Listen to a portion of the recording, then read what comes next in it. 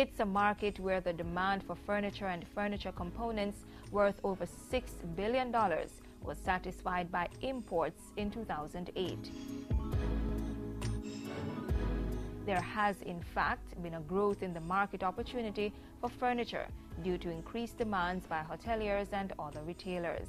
But cashing in has been an elusive task for local industry players who are mostly small furniture makers. The furniture industry in the past was well known for its quality and its ability to supply the needs.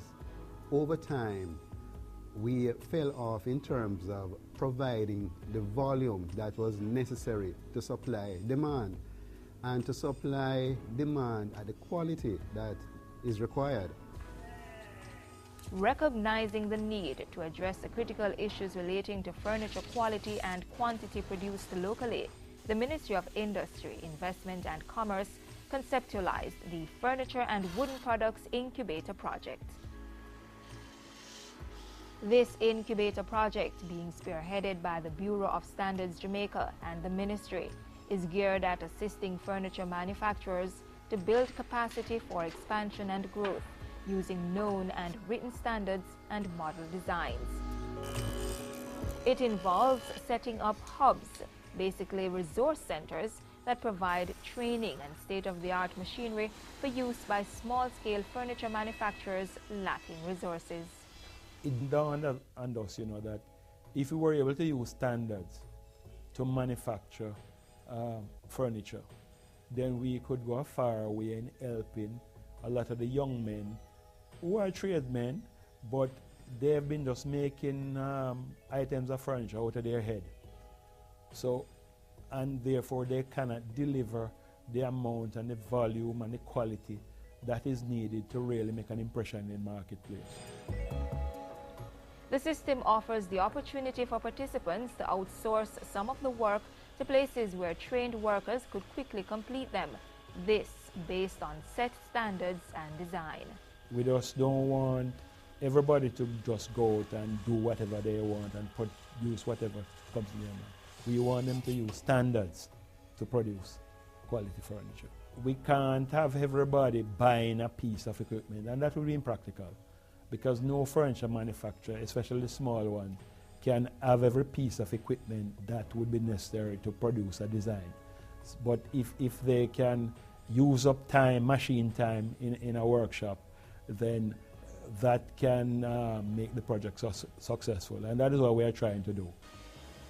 With an initial $25 million injection by the BSJ, a holistic approach to development is being taken. This offers not just assistance with standards, but also business training in areas like accounts, planning, registration, and accessing capital for expansion. The fact that the incubator project is centered around working as a unit or as a network, cluster incubator format, we intend to do things in large quantities, buy raw material in bulk. And as you know, once you buy things in bulk, whether it be material, wood, glue, staples, whatsoever, the cost of things will go down. Standards and quality leads to lower costs and to productivity, because you don't make so many errors in production. For example, your waste is not so high, and therefore you do not have to pass off the cost of poor quality to the consumer. You can then charge real good prices for higher quality products. The reshaping of the furniture making industry is a design-led strategy, and so the BSJ introduced a design center at its offices, where computer-aided and manual designs will be used to achieve conformity in production standards and successful partnerships and alliance among manufacturers. It has been identified during a number of consultations and town hall meetings with stakeholders as a missing link to prosperity. So we as a standards body, we have decided to focus on the design aspect of the whole furniture industry under a standardized method where the persons can work together as a unit or a cluster form, produce products to a set standard looking the same way, The project is supported by key stakeholders in the wholesale and retail sectors. Working with a design is twofold. A customer can come into the design center, which is the Bureau of Standards, that's the central point, with their designs. They can come into us where the designs are approved and standardized, fitting in whatever market is available. Also, the second end of it, designs can also be produced at the design center. Already, the center is delivering quality designs and prototypes which have been developed into furniture of stunning elegance and beauty by manufacturers acting as hubs. An hotelier who might want 1,000 coffee tables but doesn't know where to go can now turn to the design center to have that demand met locally. It also focus on small items such as trinket box, pens, whatever gift item that can be made out of wood. What we're trying to do is come up with new and creative and innovative ideas that customers or the market will actually gravitate to. If you should look at some of the design that we have produced so far, you'll notice that it's not just straight wood, but we have also found ways and means of using other material such as glass, ironmongery and so forth to enhance the product. Over the next 3 years, the Bureau, alongside the Jamaica Wood Products and Furniture Association, aims to put in the necessary infrastructure to allow manufacturers to offer higher quality products at a lower cost. Interested persons must fill out an application form that's available at the Bureau.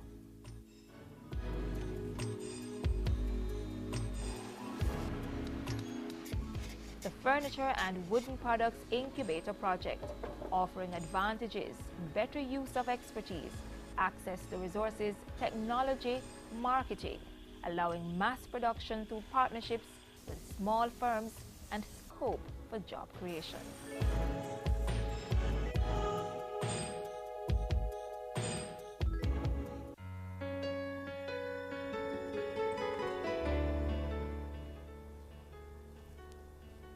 My youth and youth, why are we so violent? Is it because of the movies? Is it because of the song? Is it because of the Goliath or the Gaza that is causing us to be like this? Why are we copying what we're seeing inside the communities and bringing it into the school? The gang violence, the rape, the extortion, the robberies. Listen, there are positive ways to deal with anger. You can avoid the person. You can ignore the person or the conflicting situation. You can speak to your teacher, your guidance counselor, your parent, or your friend. And if it's your anger, please, you can count to 10. And if you count to 10 and 10 is too short, you can always count to 100.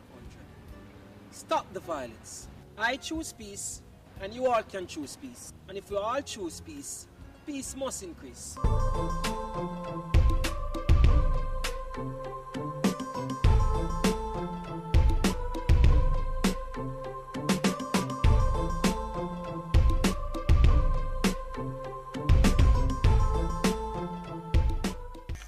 Perhaps some 300 years ago, these sounds indicated a marooned victory over the British soldiers in the rugged terrain of the cockpit country. Today, these sounds indicate victory, not just over the British, but over all captors, and freedom of a people to live as they choose. The 6th of January each year has become a day of great celebration of the conquest of the Maroons and the surrender of the British to their cunning wiles.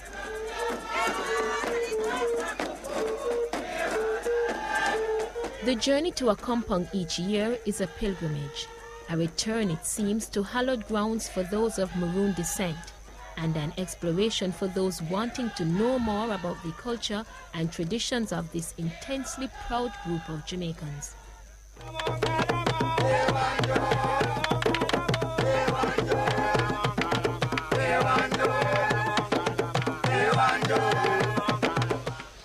It is this freedom and the traditions of their forefathers that the Maroons, such as those of a kampong in St. Elizabeth, cling to so fiercely. The roads leading into and through the town are a reminder of the paths traveled by the Maroons hundreds of years ago.